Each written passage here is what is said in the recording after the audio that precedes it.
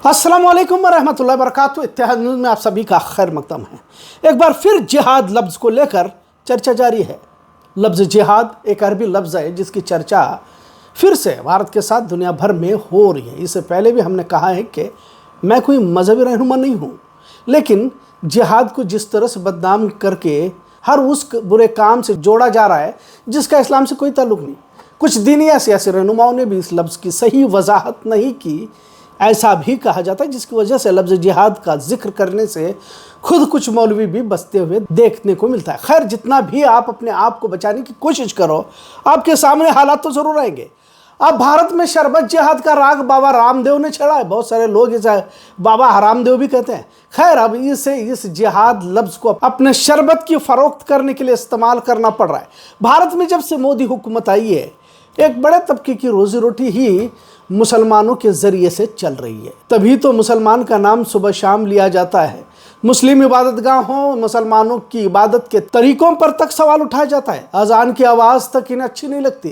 खैर, अब कुछ लोगों को तो 2 वक्त का खाना ही इन तमाम बातों से मिल रहा हो तो अच्छा है, और यूं ही मुसलमानों को लेकर अपनी रोज़ी चलाते रहे। लिहाजा रूह अफ़ज़ा बहुत पुराना शरबत है और अपने ऊंचे मियार की वजह से इसे जाना जाता है दुनिया भर में। अब बाबा रामदेव की पतंजलि के प्रोडक्ट पर तो सुप्रीम कोर्ट ने कई बार लथाड़ लगाई, और झूठ बोलने पर सुप्रीम कोर्ट ने खुद बाबा रामदेव और उसके चेले को अदालत में बुलाया गया था। आप इस तस्वीर को देखिए, कैसे अदालत में एक मुजरिम की तरह ये दोनों खड़े हैं। ये फर्जी बाबा, इसे चालाक ताजीर जरूर कह सकते, क्योंकि इसने भगवे कपड़े पहनकर अच्छा खासा चूना अक्सरियत हिंदू समाज को लगाया है।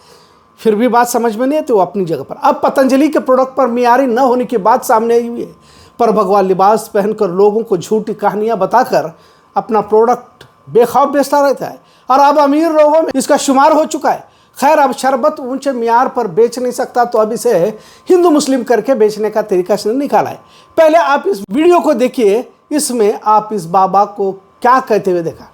लेकिन आप यदि वो शरबत पिएंगे तो मस्जिद और मदरसे बनेंगे, और पतंजलि का गुलाब का शरबत पीते हैं आप, ये शरबत पिएंगे आप तो गुरुकुल बनेंगे, आचार्य कुलम बनेगा, पतंजलि विश्वविद्यालय, भारतीय शिक्षा बोर्ड आगे बढ़ेगा।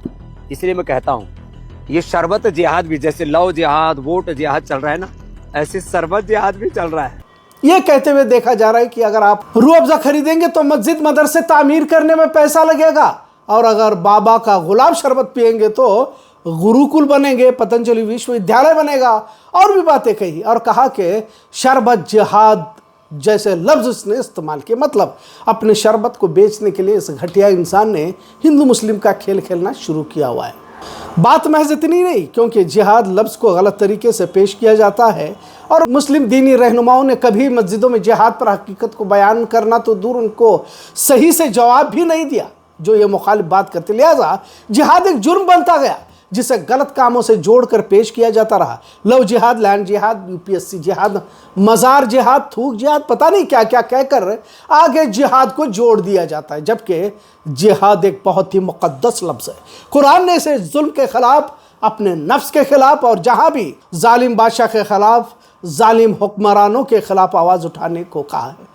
जद्दोजहद को ही जिहाद कहा जाता है, पर जब भी जिहाद का जिक्र आता है पूरी उम्मत खामोश नजर आती है, जैसे जिहाद से मुराद कोई जुर्म हो। यकीनन इस लफ्ज़ को दहशतगर्दी से जोड़कर दरमियान में इस्लामी जिहाद, इस्लामी दहशतगर्दी से जोड़ दिया जाता था। और अगर मुसलमानों में या इस्लाम में जिहाद को धर्मयुद्ध कहा जाता है तो जुल्म के खिलाफ आवाज़ उठाने का हुक्म तो सभी धर्मों में है। क्या हिंदुओं में धर्मयुद्ध नहीं है? अब तो पूरे भारत में फ़िरका परस्तों ने ज़मीन आसमान एक कर दिया हुआ है मुसलमानों के खिलाफ। क्या ईसाइयों में क्रूसेड नहीं है? यकीनन दीन की खातिर जानों की कुर्बानी अफजल तरीन जिहाद है, लेकिन अपने नफ्स के खिलाफ या हक बोलने को भी जिहाद कहा गया है। पर आपने देखा होगा कि सिर्फ और सिर्फ मुसलमानों के ही जद्दोजहद को या जिहाद को हमेशा बदनाम किया जाता रहा है। कुछ ने तो कुरान ही पर एतराज़ करके कुरान की 26 आयतों को हटाने का मुतालबा अदालत में पेश किया था। खैर, उसे खारिज कर दिया गया, ये अलग बात है। खैर, अब इस बाबा रामदेव ने शरबत जिहाद कहकर एक नई बहस को जन्म दिया है। वाज़ा रहे कि बाबा रामदेव के पतंजलि प्रोडक्ट्स का इस्तेमाल न करने को अदालत ने कहा है, और जो दावे पतंजलि करती है वो झूठे। तकरीबन 13 प्रोडक्ट हैं जो इस्तेमाल करने के मियार पर खरे नहीं उतरे। अब सोचिए कि किस तरह हिंदुओं को पतंजलि बेवकूफ़ बना रहा है। जहाँ पतंजलि की चीज़ों के बायकॉट करने की मांग हो रही है, बड़े पैमाने पर हो रहे हैं, वही कई मुस्लिम ममालिकों ने इसराइल के खिलाफ जिहाद का ऐलान किया हुआ है। और ये मुकद्दस जंग है। International union of Muslim scholars के सेक्रेटरी अली अल कर्दगी ने भी सभी मुस्लिम ममालिकों से इसराइल के खिलाफ फौजी, माशी और सियासी कार्रवाई की मांग की है। उन्होंने यहाँ तक कहा है कि अमेरिका में रहने वाले मुस्लिम लीडरान ट्रंप पर दबाव बनाए कि वहाँ अपने चुनावी वादों को निभाए, लिहाजा दुनिया भर में इसराइल के खिलाफ जिहाद के ऐलान की हिमायत की जा रही है।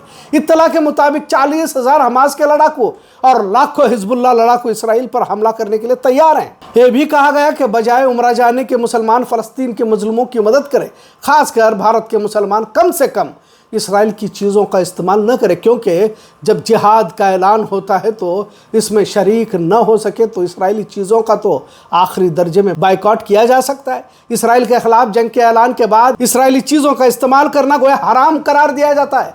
जिहाद को किस तरह से देखा जा रहा है, जहां महज अपना कारोबार चमकाने के लिए अक्सर हिंदुओं को शरबत जिहाद की अहमियत बताते हुए अगर आप मुसलमानों का शरबत यानी कि रूह अफ़ज़ा पियोगे तो मस्जिद मदरसों के लिए रुपये देने के बराबर बताकर नफरत परसने की कोशिश इस बाबा ने की। उधर इसराइल के खिलाफ जिहाद का ऐलान कर जालिम इसराइल के खिलाफ कम से कम प्रोडक्ट्स को इस्तेमाल न करने की भी कोशिश जारी है। एक जिहाद का ऐलान जो जालिम इसराइल और मजलूम फलस्तीनियों के हक में है, तो दूसरा भगवा लिबास पहनकर अपने शरबत को इसलिए पीना बेहतर है क्योंकि मुसलमानों के रूह अफ़ज़ा को पीना मतलब शरबत जिहाद का हिस्सा बनने जैसा कहा जा रहा है। नकली और फर्जी बाबा की चालाकी को समझने की ज़रूरत है, क्योंकि जिहाद लफ्ज़ को इन्हीं लोगों ने बदनाम किया, इतना ज़रूर। आज का मौजू कैसा लगा इस पर ज़रूर कमेंट करें। इत्तेहाद न्यूज़ देखने के लिए शुक्रिया। अल्लाह हाफिज़।